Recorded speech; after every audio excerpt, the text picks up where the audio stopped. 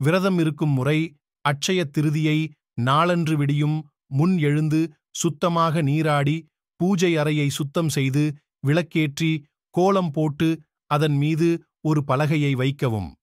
பின் பலகையின் மீது கோலம் போட்டு ஒரு சொம்பில் சந்தன குங்குமம் இட்டு அதில் நீரை நிரப்பி அதன் மீது பெரிய தேங்காயை வைத்து மாவிலைகளை அதனைச் சுற்றி அடுக்கி கலசம் போல் தயார் செய்ய வேண்டும்.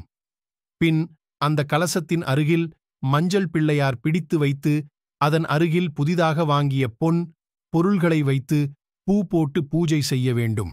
பிறகு அதற்கு கற்பூர தீபாராதனை காட்டி வணங்கினால் வளமான செல்வம் பெருகும்.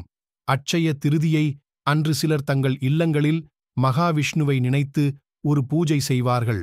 அதாவது ஒரு படியில் அரிசி நிரப்பி அதற்கு மஞ்சள் குங்குமம் இட்டு புதிய வஸ்திரம் சுற்றி அலங்கரித்து உச்சியில் தங்கக்காசு ஒன்றை வைத்து வாசனை மலர்களால் அர்ச்சித்து பூஜிப்பார்கள். இதனால் அந்த ஆண்டு முழுவதும் இல்லத்தில் எந்தவித குறையுமின்றி தங்கம் கொழிக்கும் என்பது ஐதீகம். இதனால்தான் அன்று மக்கள் நகைக்கடைகளுக்குச் சென்று புதிய நகைகளை வாங்கும் வழக்கம் ஏற்பட்டது. இந்த அட்சய திருதியை தினத்தன்று வெண்மை நிறப் பொருட்கள் விசேஷமானது ஆகும். வெண்ணிற மல்லிப்பூ, வெண்பட்டு ஆடை, வெண்ணிற பால் பாயசம் இவைகளை பயன்படுத்துதல் சிறப்பாகும். அட்சய திருதியை நாளில் தங்கம்தான் வாங்க வேண்டும் என்று நினைக்க வேண்டாம். வசதி உள்ளவர்கள் வாங்கலாம்.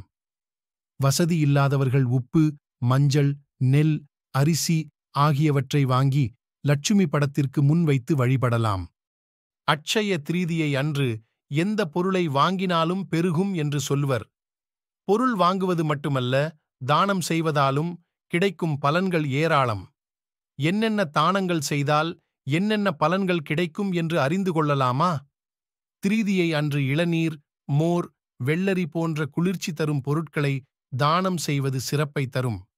தயிர் தானம் செய்வதால் நாம் அறியாமல் செய்த பாவங்களுக்கு கூட விமோசனம் கிடைக்கும்.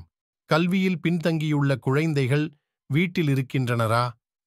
அவர்கள் பேரில் கோவிலில் விசேஷ அர்ச்சனை வழிபாடுகள் செய்யலாம். மோர் பந்தல், தண்ணீர் பந்தல் வைத்து தாகம் தீர்க்கும் நீர் தானம் செய்தால் அவர்கள் கல்வி நிலையில் உயர்ந்து விளங்குவர். வீட்டில் நோய்வாய்ப்பட்டிருப்பவர்கள் மற்றும் நீண்ட நாட்களாக கொடிய நோய்களால் பாதிக்கப்பட்டிருப்பவர்கள் சார்பில் இறை வழிபாடு செய்து வண்ண ஆடைகள் தானம் செய்தால் விரைவில் குணமடைவர். அவர்களுக்கு நோய்களின் தாக்கத்தால் ஆயுள் பங்கம் ஏற்படாத சுப பலன் கிட்டும். உயர்வான ராஜயோக வாழ்க்கையையே எல்லா மனிதர்களும் விரும்புவர்.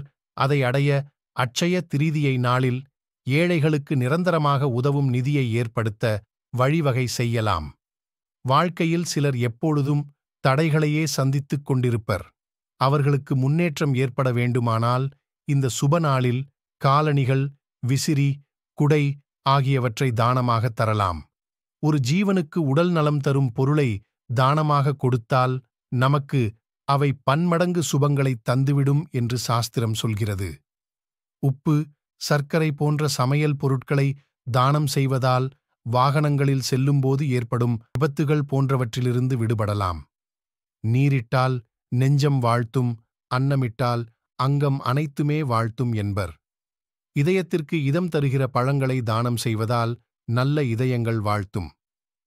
நல்லோர்க்கும் அல்லோர்க்கும் பழங்களை இந்த நாளில் தானம் செய்வது உயர்ந்த பதவிகளையும் சமூகத்தில் நற்பெயரையும் உருவாக்கித் தரும்.